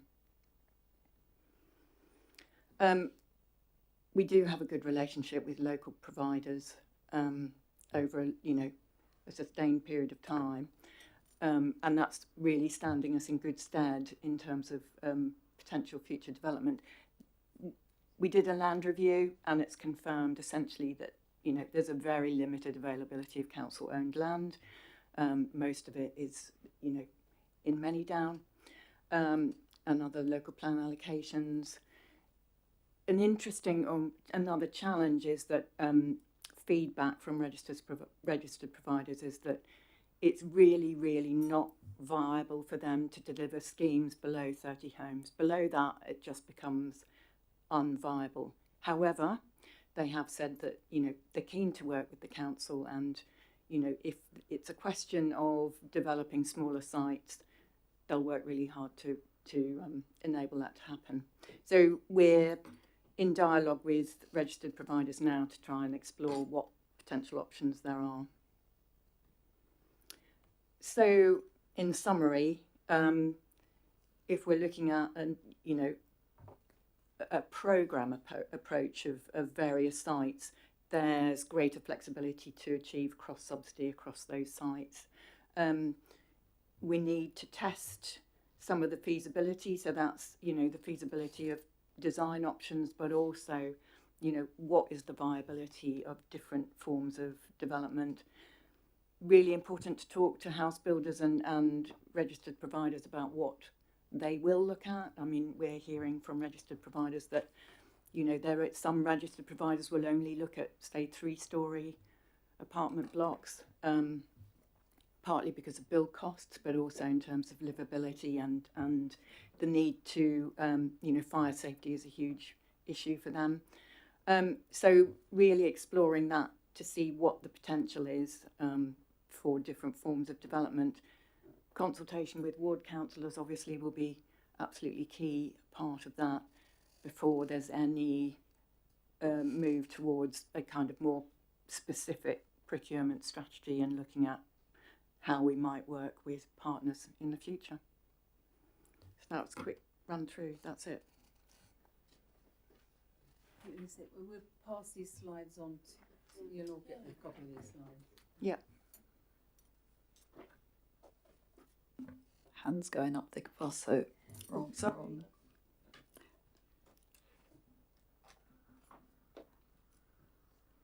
Did I see any hands on that side? Yes, Go on. yes.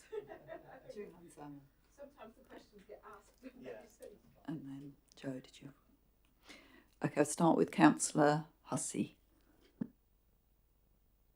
It was the first bullet point on the last slide about amalgamation of smaller sites with the feasibility of a possible cross-site subsidy.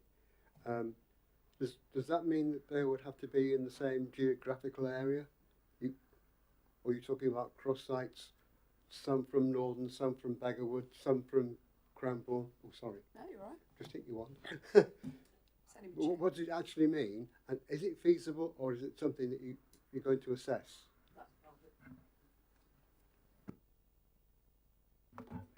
That's part of what we need to assess. I mean, I think it clearly would be easier in terms of development costs to look at cross-subsidising across sites that were closer together.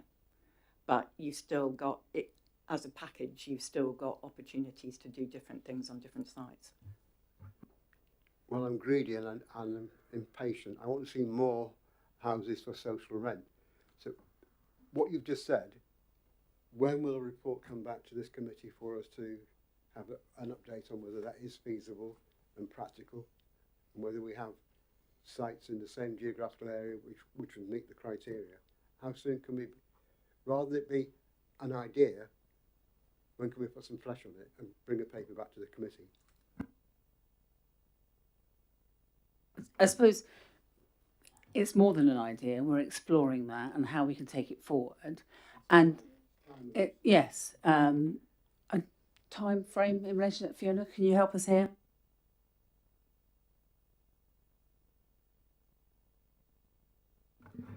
So we're doing some early feasibility analysis now, which is looking at design options on different forms of sites.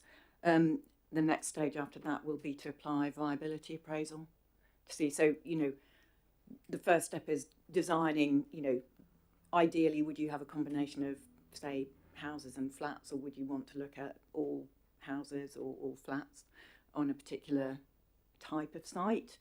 The next phase of that to say, okay, once you've arrived at a preferred design option, what is the viability of that? Can that actually be delivered, taking into account potential Homes England grants for different tenure forms?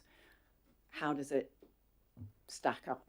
And at that point, that's when you have your kind of, you can, put a scenario together about a particular range of sites and how that might work together. I think it has to be horses for courses, and it will depend on where the sites are and the best way of updating members, particularly ward members, the wards in which those sites are set. And it's very difficult to put a timescale beyond the work that Fran has identified we need to do. We're quite clear as officers that the imperative is as quick as possible. And that's what we're working to. But at this point, it's difficult to pin down an exact target date, apart from as quickly as possible. We've been given a clear mandate and a clear steer from councillors.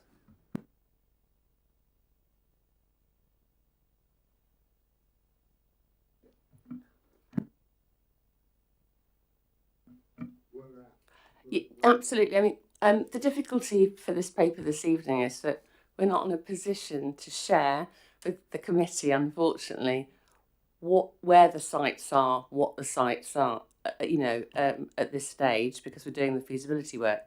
We do anticipate on the current timeline being in a position to talk to ward councillors in March, April time, if that helps in terms of a time frame. And so that's when we anticipate we would speak with ward councillors. And it is all very sensitive as well, and we want to make sure that we're involving ward councillors at the really early stage. So we're very, very happy to come back and talk to the committee. I wouldn't say probably the first 3 months of next year, but We have to give members first. Oh no, absolutely.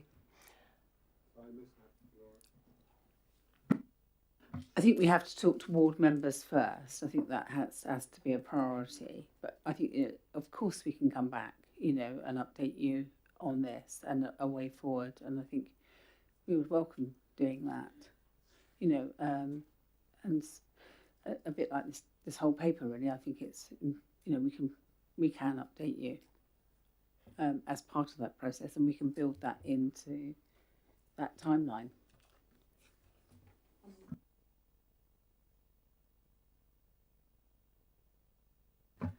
So we anticipate that the design feasibility should be completed by the end of the year and the calendar year. Yeah, and that then the viability appraisal, it's a bit difficult to put an absolute final date on that, but hoping we could do that by end March.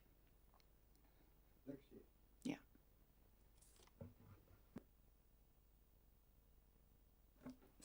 Councillor Hart. Thank you. I think we covered it actually. I was going to ask, because of the no fewer than 30 homes thing, whether a scheme has to comprise a single piece of land or whether it could be a bit more disparate, but I think that's what we were talking about. So is that the definition of scheme? That's literally just what we're talking about there, is just like one project, one set.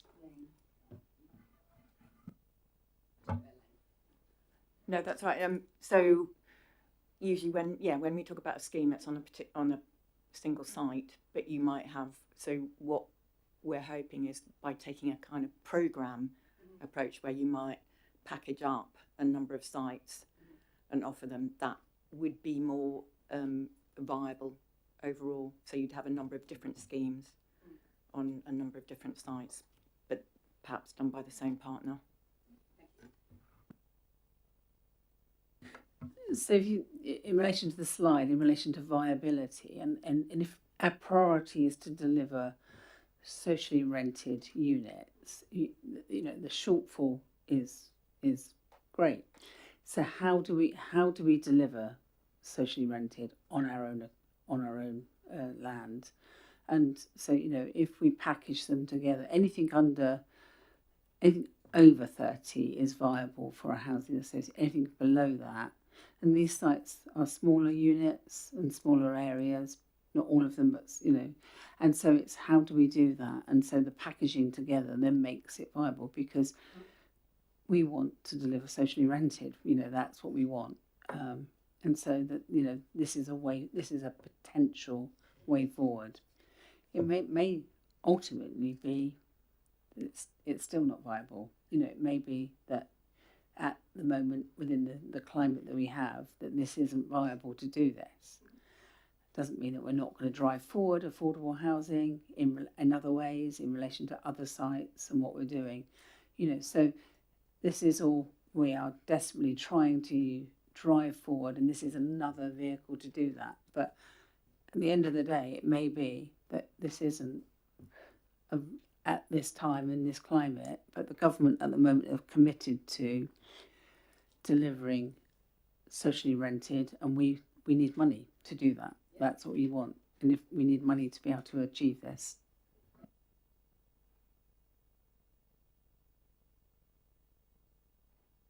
Councillor Fawkes. Thank you, Chair. Nearly cut me out. Two things. One is about because I've been pressing for more social housing for quite some time, but restricted by viability and our policy in our current plan, which has the 70-30. So been battering away at it. One of my questions is, if the government is putting out a framework which says 50% of housing should be affordable, and out of that 50%, 60 should be of the various different affordable types of rent or home ownership models, and the rest of them can be socially rent. So they might set out something which describes what the government would like.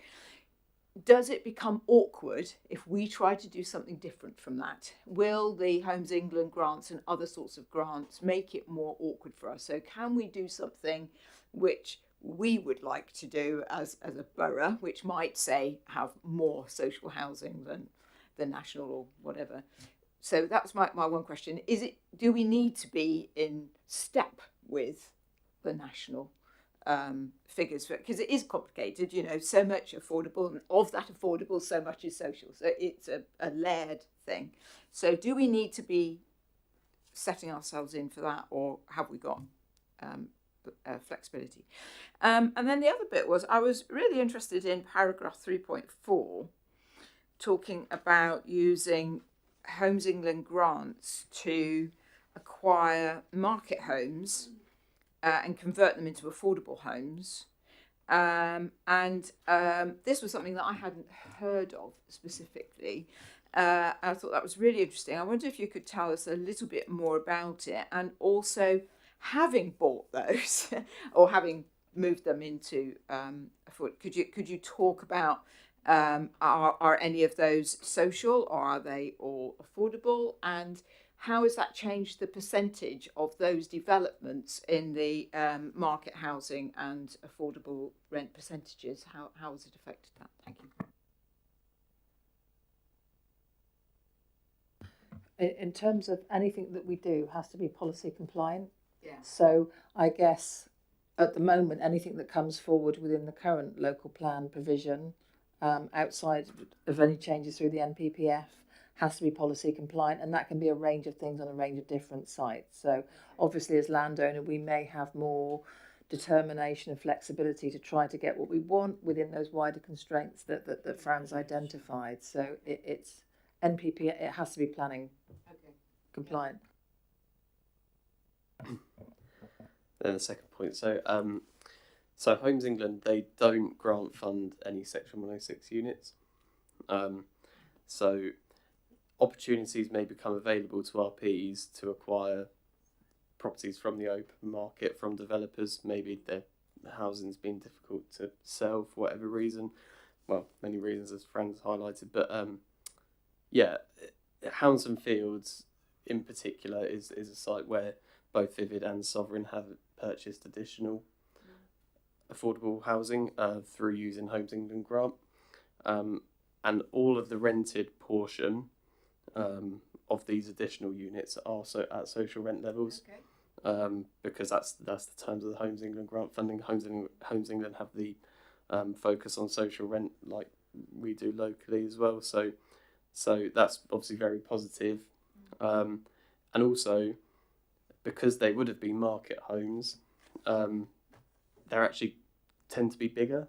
So I think there's a lot of 4 beds as part of that as well, so at social rent level. So there will be some shared ownership incorporated into that as well.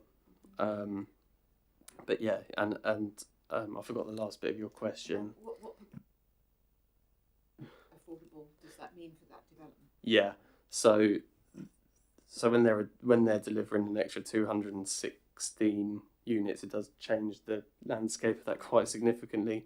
I think when we worked it out, it worked out that Hounsdon Fields would be about 68% affordable. A lot of that is shared ownership, but I think the actual rented portion comes in at just under 50%. So you have just over half owned or shared owned, and then the other half rented. And many of them at social rent levels, but some at affordable rent through the 106. So it gets a bit complex, yeah. Thank you, Chair. Just 2 comments, really. One is, it's very positive. I do think we have to be really, really careful we don't create silos, and which always worries me about 100% social rent, particularly, but affordable rent. It sounds as if it's okay, it's going to work. Let's cross our fingers and hope. But I think it's a really interesting approach, and if we can do that, that's great. And my other comment is that I'm really pleased Homes England has shifted that. I've been to so many housing associations and lobbied for a decade to move away from this, getting rid of social rented housing. I mean, there's been a real policy shift You know, whenever a house came void that was a social rented, it had to go back on the list as affordable rent. So I am really, really pleased that everything is pushing in the same direction for us to be able to get social rented properties again. So yeah, very pleased. Thank you. Just to come back on that first point, I completely take the point about silos, and especially at large sites such as Hampton Fields, where 750 overall dwellings, 68% affordable, or 50% rented is quite high. What I would say is that the fact that both Vivid and Sovereign are on site there is probably a good thing, because I think it creates that competition perhaps upon the same site. If it was all one housing association, I think there could be there could be concerns, but the fact that they're both operating there probably, as I say, helps create that kind of competition for them to raise standards there. So yeah. I'm going to ask a couple of follow-ups from Jenny's. I take it's therefore, does that mean that you shift the proportion to more social rent on those sites? That's the first question. And then obviously if they were originally going to be private and then they've become socially owned. But then the other side of it is, how are we making sure that we're getting the right balance of stock? Because you did mention that some of these are bigger houses, and are these the houses that we actually need to tie in with what our housing allocation list is? Yeah, well, I think there's obviously an overwhelming demand for all sizes of accommodation, so anything is welcome. And the overall development would have been designed in line with the affordable housing SPD and everything, and obviously open market units as well, around the numbers of sizes of accommodation. So yeah, as I say, I think the point there is that anything additional is welcome, because we've got that wide range of need. And sorry, I didn't quite understand your first point. The first point was if you had 100 houses and they were all going to be private houses, and then some of them were going to be affordable houses, and then Vivid came in and took some on and then give them out at social rent, which wasn't the original plan, has that shifted the ratio between the different types of housing? Yeah, so which is positive. That's great. I'm still a little concerned about the potential if the houses were planned and built as 4-bedroomed and they're potentially going to be private, and then Vivid have bought them up because they want. Are they doing that against our housing register, or they're doing that off their own back? Buying 4 beds for social rent is Exceptional. Yeah, it's great. So that is exactly what we want, because it's very difficult to deliver within a 40% overall 106 provision. So it's been opportunistic. Laura, did you? Just coming back on that, I mean, in relation to delivering housing through 106, it's making it harder and harder to stack up in relation to delivering social renting, but in relation to delivering the units, it's really exceptional if we get any larger units of accommodation. That's why Winkelby Regeneration, where we're going to actually have how many more? A lot more 4-bed. That's exceptional. But so for us to be able to have additional 4-bed or larger units of accommodation, people are waiting on the register for up to 8 years for. So anything that we can do to drive up 4-bedroom houses or larger units is a positive. We've met with the 2 housing associations to talk to them about the housing management aspect of having a higher percentage of affordable housing on site, and and that we need to be aware of that, and right from the start, and they are, and so that's something we've discussed. But if you think about the government's policy in relation to 50% affordable social rent, this scheme is in line with the government thinking on the delivery of affordable housing. Okay, thank you. Right, I've got Councillor Dillo, Councillor Slimin and Councillor West. So Councillor Dillo. It's just a quick question. So people that manage to get a socially rented house, do they have the right to buy? No, they have a right to. Some housing association tenants have a right to acquire, and I am no technical expert on the right to acquire, but it's not the same as the right to buy. The right to buy goes with council housing, and not with housing association housing. So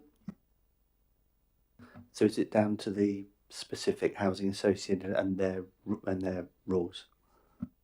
I don't think it's a discretion. I think it's a right in certain circumstances. But what we can do is research the right to acquire, because a couple of questions have popped up about that recently, and we can send a briefing note round to members.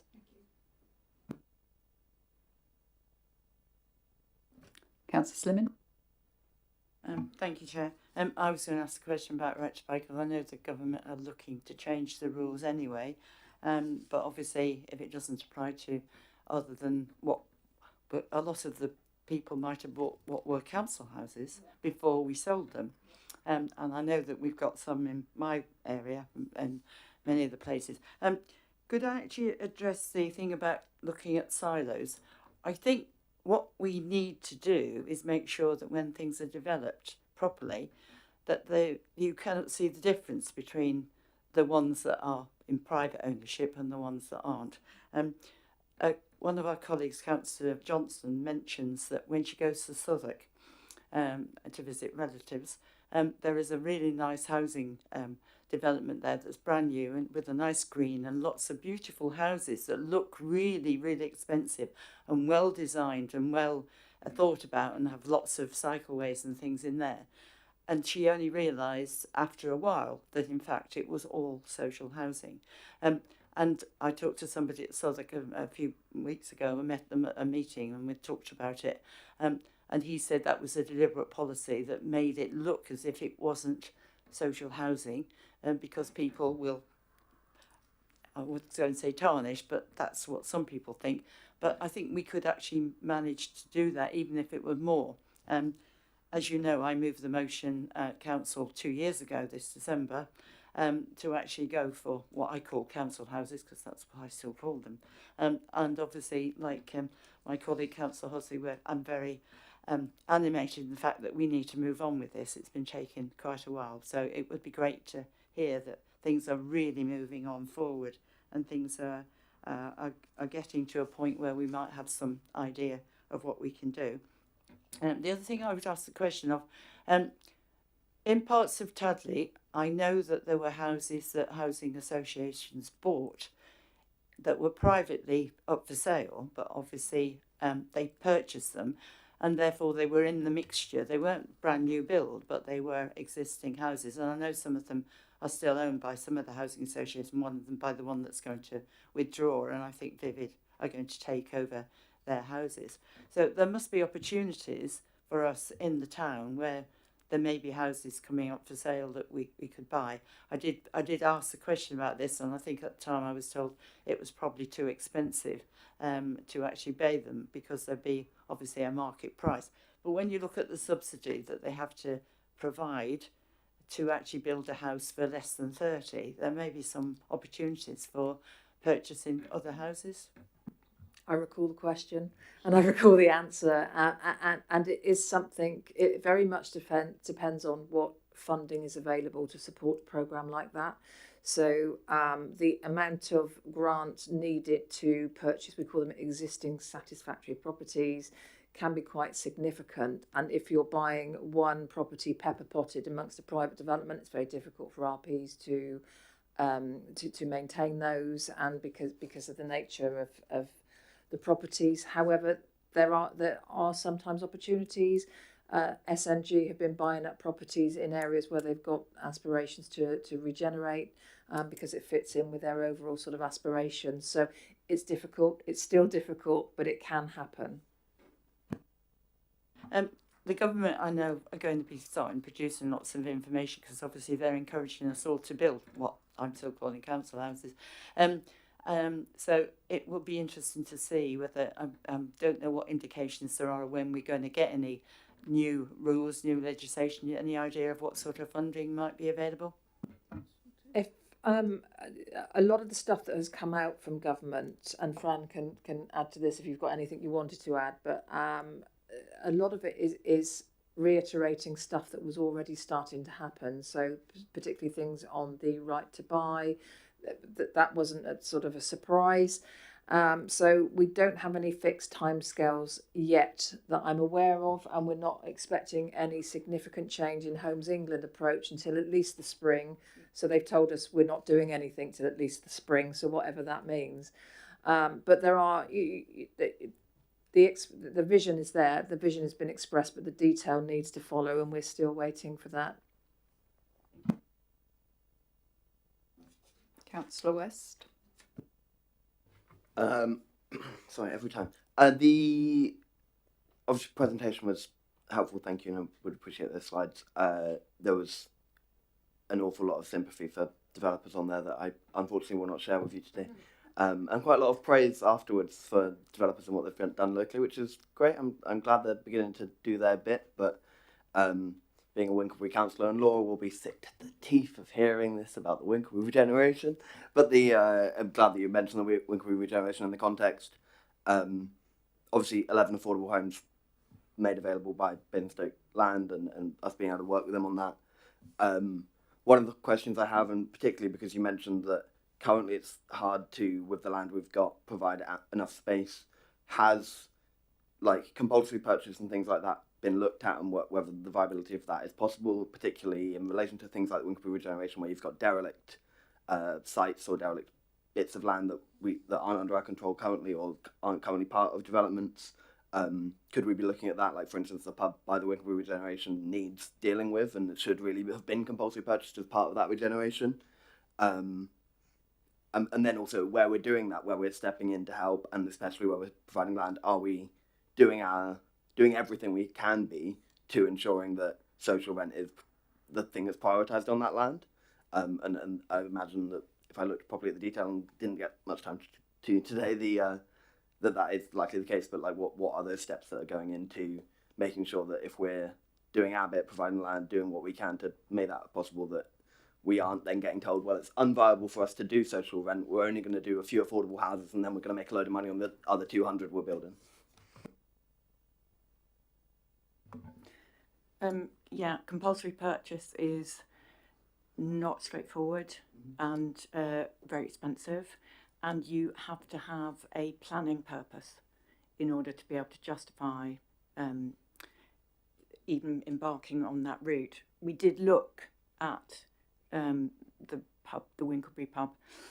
The difficulty there is that firstly, the pub itself is not within the red line boundary of the regeneration scheme, so it's not actually part of the regeneration scheme. So it's not, and there's no specific policy in the local plan applying to it. The other complication is that it's got a development consent existing on it, so there are no grounds for the council to even start the process of compulsory acquiring that.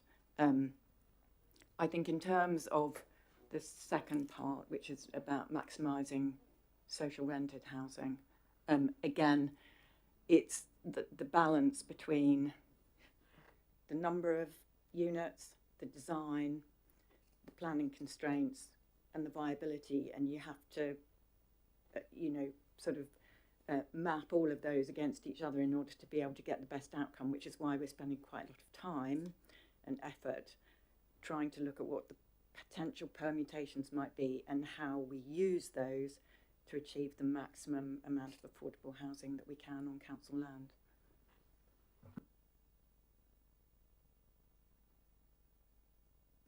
Okay, I think that's all the questions we've got. Yep, I haven't missed anybody. Okay, right, so to sum up really, what we've talked about tonight, we've basically good slides, thank you, they were helpful, and obviously along with the report. There's a couple of points I think that really jumped out, apart from the sort of the general discussion, was looking at a sort of timeline and an update, and I think we've heard that there's basically a potential update on status, possibly for the spring time, if just a general update, and we can obviously talk about that as far as the work programme goes, or where that goes. It might be in environment and infrastructure, because this I think came from them originally, didn't it? Or does it come to us? EPH it came from, and then it's ended up with us. Right, okay, so that, but obviously is certainly an update to come, however. Also talking about the issues around policy compliance and obviously how this all fits in with Homes England and the government, and talking about the right to acquire. There's a question to come back to members on that one, I think, as well. I think that was basically it. And so the resolution of the committee is just requested to note this report. So is everyone happy to note the report? Thank you very much. Right, so very good. 10 to 9. We now go on to reviewing of the work programme. And just, yeah. So Sean, I think would like to ask for something. Thank you, Chair. I'd just like to request possibly that Planet Ice come and give an update on the progress of the works. We all know that the ice rink has closed for refurbishment, so I'd like to request that Planet Ice come to this committee and give us an update on the progress of the works at the ice rink, and also give clarity for the ice community on any obligations or agreements that ensures the building reopens as an ice rink. Thanks, Sean. I think in January we're due to look at the sort of leisure needs and things, so I think that would fit nicely. So I think we can do that. We can certainly request them. Obviously, as a non-local authority body, they're a private company, they may decline. So that has to be borne in mind. But we can certainly ask them to come in and then get an update on progress, or even if they just wanted to submit a report, I think that would be also acceptable. And then we can just get an idea of the process. Okay, I think looking at the, so January, as I say, we've got the LRNA. We have got a meeting next week, I believe, for our little 20th, for the sort of little one-off task and finish group to go into the detail of that and get an understanding of it. And then we've got the TBCs around the ICB and Hampshire coming and talking about wellbeing and reviewing the football and sports provision. I think we may be putting into January, were we, Fiona? That was, yes, with regards to the yeah, it's the LNRA in January to do with the football and the pitches, and yeah, ICB and wellbeing on the session after, which I think is March. So I think that's it. So other than that, I don't think there's anybody got any other suggestions they would like to bring. Bear in mind it. I think we would then go into the following year. Obviously, if you do have any ideas in the meanwhile, you can contact our lovely Ellie and put in a work request, program request. But other than that, thank you very much, everybody. I did set myself a target to finish at 8:30. I don't think I've done too bad. And we did have a little break.